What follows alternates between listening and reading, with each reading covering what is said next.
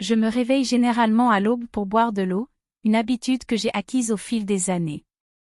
En été, avec la chaleur étouffante, ces réveils précoces sont encore plus fréquents.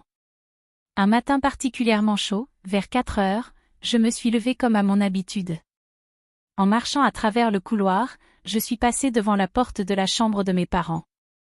Mon père part travailler à 4h30 chaque jour, il était habituel pour moi de le voir se préparer à cette heure-là. Ce matin-là, cependant, quelque chose semblait différent. La porte était entr'ouverte, et une douce lumière filtrait de l'intérieur.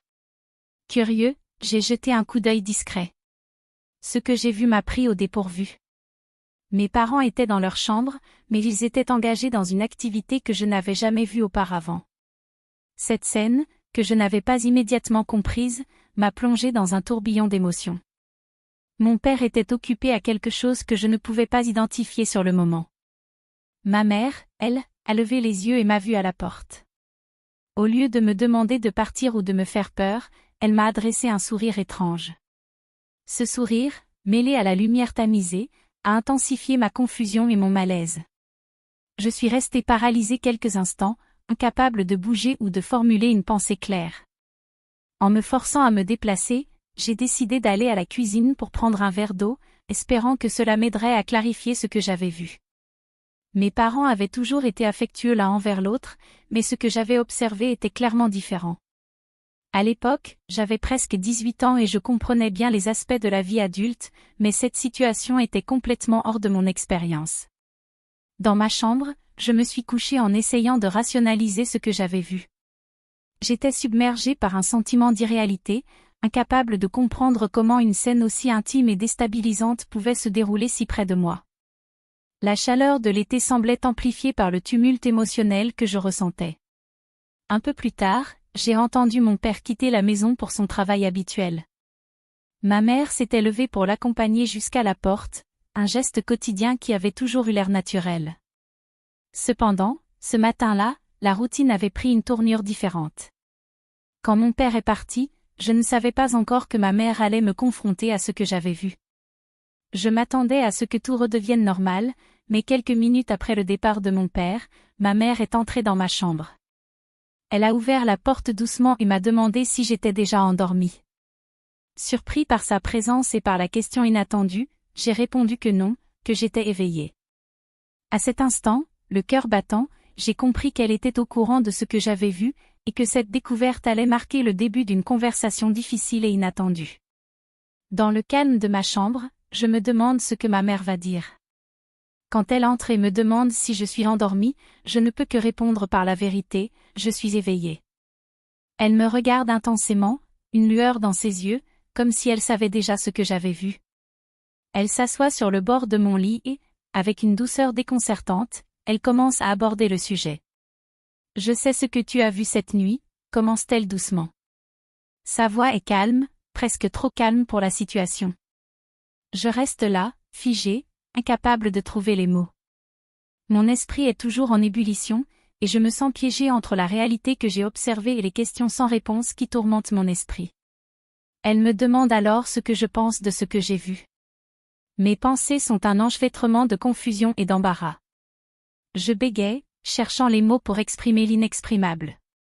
Je ne comprends pas bien ce que j'ai vu, et encore moins comment le décrire. La honte et le malaise me serrent le cœur. Je n'avais jamais imaginé devoir parler de cela avec elle. Je ne sais pas, réponds-je finalement. C'était différent. Je ne sais pas si ça me plaît ou non. Je ressens juste quelque chose que je n'aurais pas dû voir.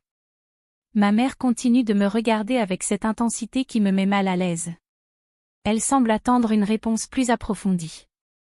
Et ce sentiment, peux-tu le décrire, me demande-t-elle, sa voix toujours aussi posée.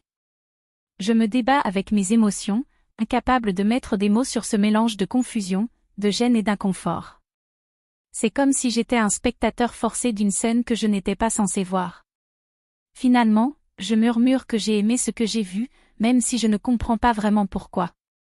À ce moment-là, ma mère se lève et me prend doucement par la main. Elle me guide hors de ma chambre, dans le couloir, et m'amène vers sa chambre. La lumière tamisée de la lampe est maintenant éteinte, plongeant la pièce dans une pénombre familière. Elle me regarde avec un sourire étrange, presque surréaliste, et me dit que mon père est déjà parti travailler. En me guidant vers le lit, elle reprend la position que j'ai vue plus tôt, le même sourire étrange toujours sur ses lèvres. Elle dit que, lorsque j'ai traversé le couloir, elle a réalisé que j'avais aimé voir cette scène. Elle ajoute que, bien que mon père n'ait pas remarqué ma présence, elle m'a vu et a compris ce que je ressentais. Son sourire s'élargit, et elle me dit qu'il est maintenant de mon tour de faire ce que nous faisions. Je suis submergée par un tourbillon de sentiments contradictoires. La situation me semble irréelle, presque comme un rêve étrange, mais je suis en proie à une force qui dépasse ma compréhension. Je me retrouve à suivre ses instructions, incapable de résister à cette pression inexplicable. Quand tout est terminé, ma mère me regarde et me dit que ce qu'elle a fait était différent de ce que faisait mon père. Elle affirme qu'elle n'a jamais ressenti cela avec personne d'autre, mais qu'avec moi, c'était spécial. Ces mots et ces expressions restent gravés dans mon esprit, mêlés à une confusion persistante. Elle me laisse dans cet état d'esprit troublé, et je me retrouve à retourner dans ma chambre, mon esprit en proie à un tourbillon de pensées tumultueuses. La nuit s'étire dans le silence, et je suis incapable de trouver le sommeil. Les images et les sensations de la soirée continuent de hanter mes pensées. Le poids de ce que j'ai vécu me semble trop lourd pour le porter seul. Je décide finalement de redescendre à la cuisine pour essayer de me calmer. La lumière de la cuisine est froide et impersonnelle, contrastant avec la chaleur troublante de ce que j'ai vécu. En entrant dans la pièce, je vois ma mère qui m'attend, assise à la table avec une expression calme mais résolue. Elle se lève dès qu'elle me voit et, avec une douceur troublante, elle me demande comment je me sens après ce qui s'est passé. Sa présence et ses questions éveillent un mélange de honte et de confusion en moi. Je prends une grande respiration, essayant de maîtriser mes émotions. Je ne sais pas comment me sentir, dis-je enfin, la voix tremblante. C'était tellement déroutant. Je ne comprends pas pourquoi tout cela s'est produit. Pourquoi m'as-tu demandé de faire ça? Elle me regarde avec une compréhension étrange, comme si elle attendait cette question depuis un moment. Je voulais comprendre comment tu réagissais, répond-elle doucement. Ce n'est pas que je voulais te forcer à faire quoi que ce soit, mais je voulais voir si ce que nous avons partagé avait un sens pour toi. Je pensais que cela pourrait te permettre de découvrir quelque chose sur toi-même. Ces paroles me laissent perplexe. Découvrir quoi, je demande. Tes sentiments, tes désirs, ce que tu trouves naturel ou étrange, explique-t-elle. Il n'y a pas de bonne ou de mauvaise réaction ici.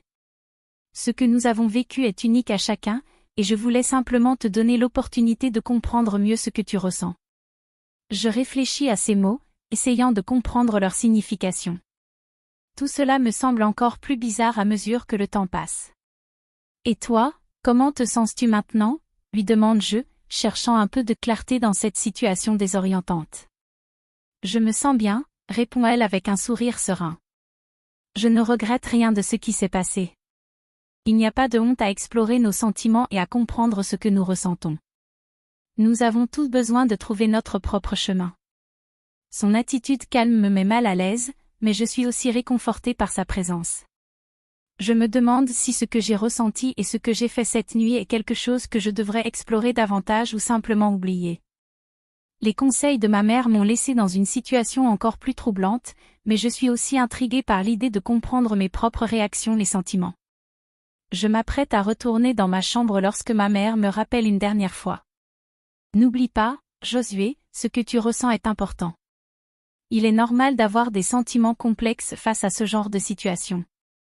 Ce que nous avons partagé est juste une partie de ton chemin vers la compréhension de toi-même. Je hoche la tête, reconnaissant la complexité de ces paroles. Je monte lentement vers ma chambre, mon esprit encore agité, mais avec une légère lueur de compréhension de ce que cela signifie pour moi. Je me couche en essayant de calmer mon esprit, mais les pensées continuent de tourbillonner, rendant le sommeil presque impossible. Le matin arrive lentement, apportant avec lui la lumière du jour et un semblant de normalité. Je me réveille encore perturbée par les événements de la nuit précédente. Les rayons du soleil filtrent à travers les rideaux de ma chambre, mais ils n'offrent aucun réconfort. Mes pensées sont un mélange confus de doute, de culpabilité et de curiosité.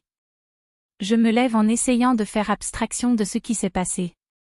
La routine matinale semble presque irréelle, comme si elle appartenait à une autre vie. Je me dirige vers la salle de bain, mais chaque mouvement est empreint d'une lourdeur émotionnelle. En me regardant dans le miroir, je vois un visage fatigué, marqué par les émotions de la nuit. Je décide de préparer un petit déjeuner pour me distraire. En entrant dans la cuisine, je m'aperçois que ma mère est déjà là, occupée à préparer du café. Son comportement est étrangement normal, presque comme si rien d'inhabituel n'avait eu lieu. Elle me salue avec un sourire chaleureux, mais je peux voir une lueur d'appréhension dans ses yeux. Elle semble attendre quelque chose de moi, une réaction ou une question que je n'ai pas encore formulée. « Bonjour, Josué », dit-elle en versant du café dans une tasse. « Comment te sens-tu ce matin ?» Je m'assois à la table, hésitant sur la réponse à donner. « Je ne suis pas sûre », finis-je par dire. La nuit a été étrange. Je ne comprends pas encore tout ce qui s'est passé. Elle hoche la tête avec compréhension. Il est normal de se sentir confus après une expérience aussi intense. Nous avons tous besoin de temps pour digérer ce genre de choses. Je la regarde, cherchant une lueur de réassurance. Est-ce que ce que nous avons vécu est normal? Est-ce que cela signifie quelque chose de particulier? Ma mère prend une grande inspiration avant de répondre. Ce que nous avons partagé est une exploration de nos limites et de nos émotions. Il n'y a pas de norme universelle pour ce genre de choses. Chaque personne et chaque relation est unique. L'important est que tu sois honnête avec toi-même sur ce que tu ressens. Ces paroles semblent apaiser un peu la tempête intérieure, mais je reste avec des questions sans réponse. Et toi, comment te sens-tu par rapport à tout ça? Demande-je, espérant comprendre sa perspective. Elle sourit doucement. Je me sens en paix.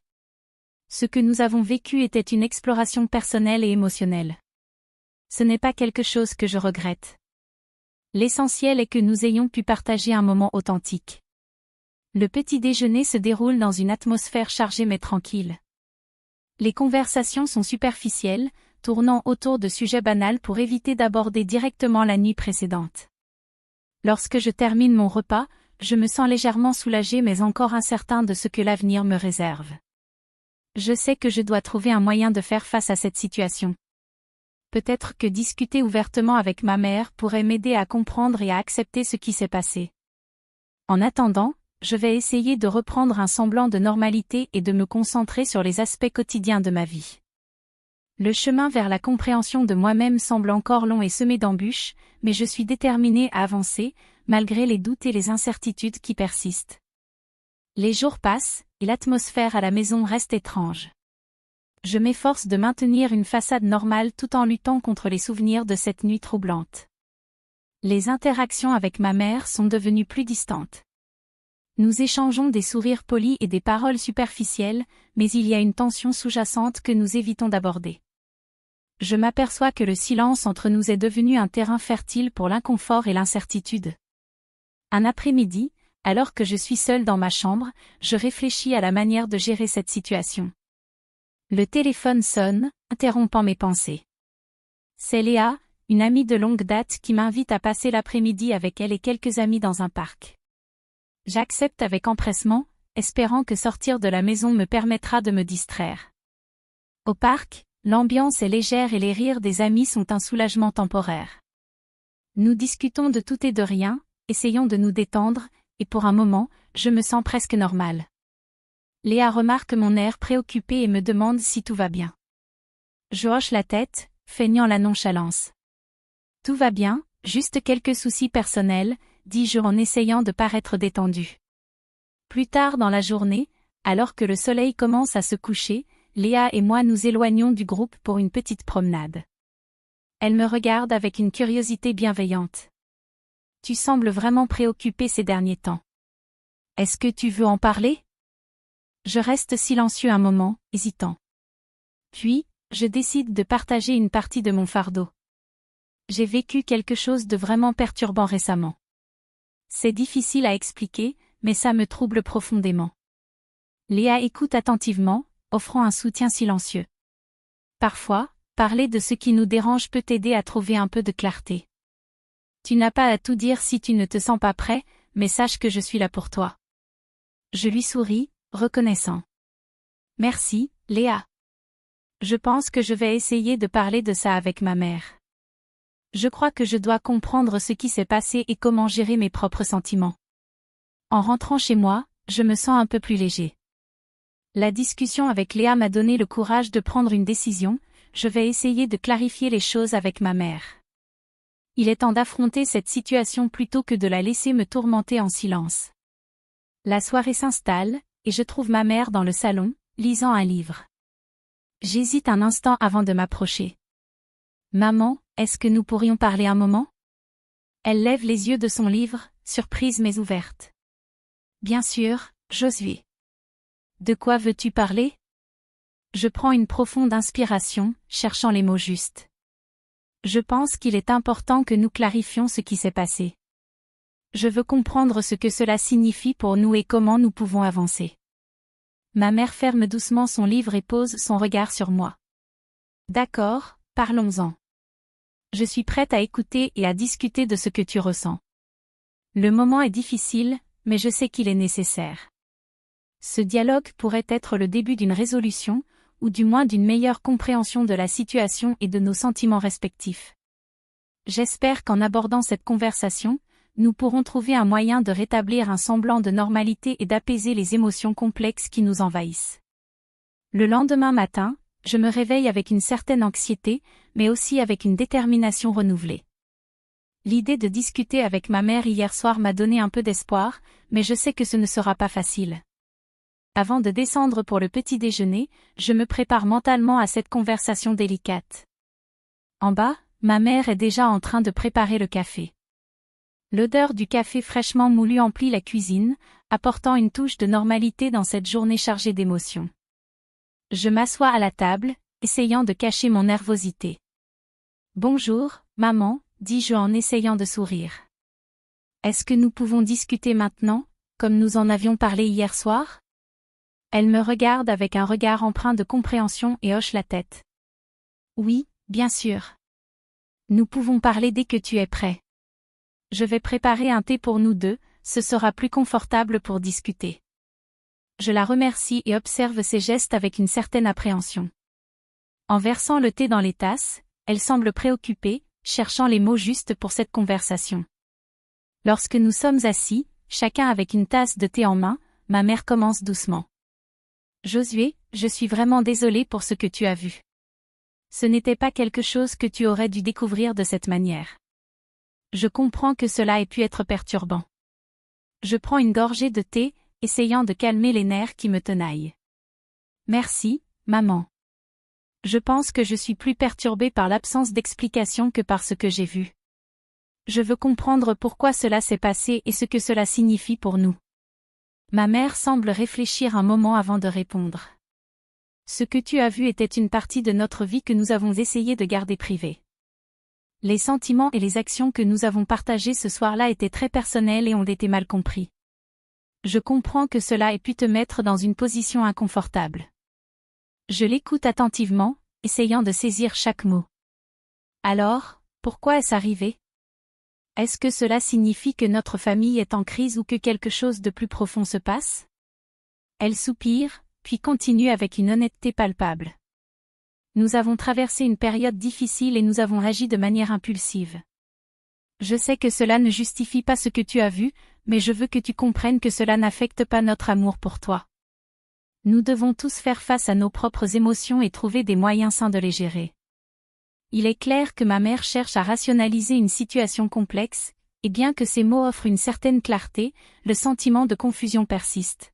« Merci de me dire cela, maman. J'apprécie ton honnêteté. Je pense que ce que j'ai besoin maintenant, c'est de temps pour comprendre et traiter tout cela. » Elle acquiesce, visiblement soulagée que nous ayons pu aborder le sujet. « Je comprends, Josué. Prends tout le temps qu'il te faut. Nous sommes une famille, et nous devons nous soutenir mutuellement pour traverser cette épreuve. » En regardant ma mère, je perçois une sincérité dans ses yeux qui me réconforte quelque peu.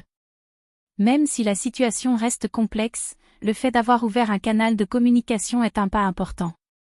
J'espère que ce dialogue nous aidera à retrouver une certaine harmonie dans notre vie familiale.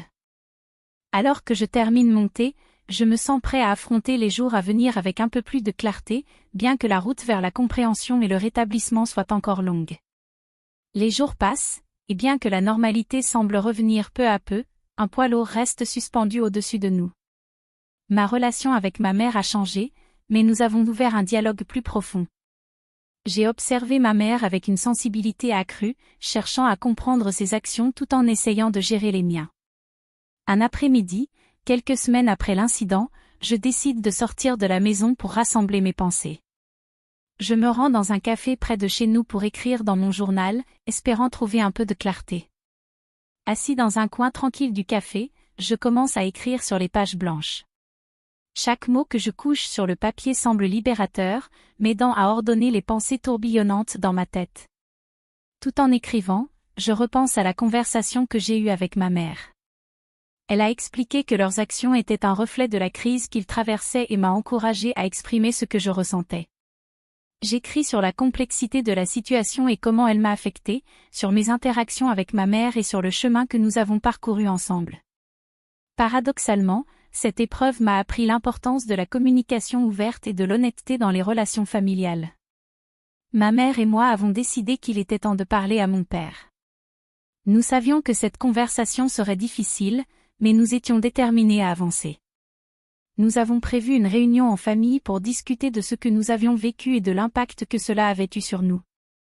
Le jour de la discussion arrive, et je me sens à la fois nerveux et résolu. Nous nous asseyons en famille, et je commence à expliquer ce que j'ai ressenti et comment cela a affecté notre dynamique familiale. Mon père écoute attentivement, visiblement touché par notre sincérité et notre volonté de résoudre la situation. Il est évident qu'il est bouleversé, non seulement par la douleur causée, mais aussi par le fait que cette situation a mis en péril l'équilibre familial. Il exprime son regret pour la douleur causée et reconnaît qu'il doit prendre des mesures pour renforcer notre relation familiale. La conversation est empreinte de tristesse mais aussi de compréhension. Mon père nous explique que ce qui s'est passé était un moment de faiblesse, une réaction à des tensions et des frustrations accumulées. Il admet que le mariage traversait une crise et qu'il avait cherché du réconfort là où il ne l'aurait pas dû. Il est conscient que ce n'était pas une excuse, mais il voulait nous faire comprendre les circonstances qui avaient conduit à cette situation. Ma mère et lui s'engagent à travailler sur leur relation. Ils conviennent d'aller voir un conseiller conjugal pour traiter les problèmes sous-jacents et renforcer leur communication. Mon père promet de faire tout ce qu'il peut pour regagner la confiance et la stabilité au sein de notre famille. Il nous assure qu'il est prêt à faire des efforts pour améliorer la situation et restaurer l'équilibre familial. En regardant ma famille, je ressens un mélange de soulagement et d'espoir. Même si les cicatrices de cette expérience seront présentes pendant un certain temps, le fait d'avoir ouvert cette porte nous permet de nous rapprocher et de bâtir une base plus solide pour l'avenir. Nous décidons de travailler ensemble pour reconstruire notre famille, en mettant l'accent sur la communication et la compréhension mutuelle. Les jours suivants sont consacrés à la reconstruction de notre relation. Ma mère et moi passons plus de temps ensemble, partageant des moments de qualité et renforçant notre lien. Mon père, quant à lui, fait des efforts visibles pour améliorer sa relation avec nous et avec ma mère. Nous entreprenons des activités familiales pour créer de nouveaux souvenirs et rétablir un climat de confiance et de sérénité. Bien que le chemin vers la guérison ne soit pas simple, chaque étape franchie nous rapproche d'une réconciliation véritable. Le fait d'avoir affronté ensemble cette épreuve renforce notre unité familiale et nous donne la force nécessaire pour avancer. Nous savons que nous avons encore du travail à faire, mais le simple fait d'avoir ouvert le dialogue et d'avoir pris des mesures pour aller de l'avant nous donne de l'espoir pour l'avenir. Merci d'avoir pris le temps d'écouter mon histoire. Si vous avez des conseils ou des suggestions, n'hésitez pas à les partager dans les commentaires. Merci et à la prochaine.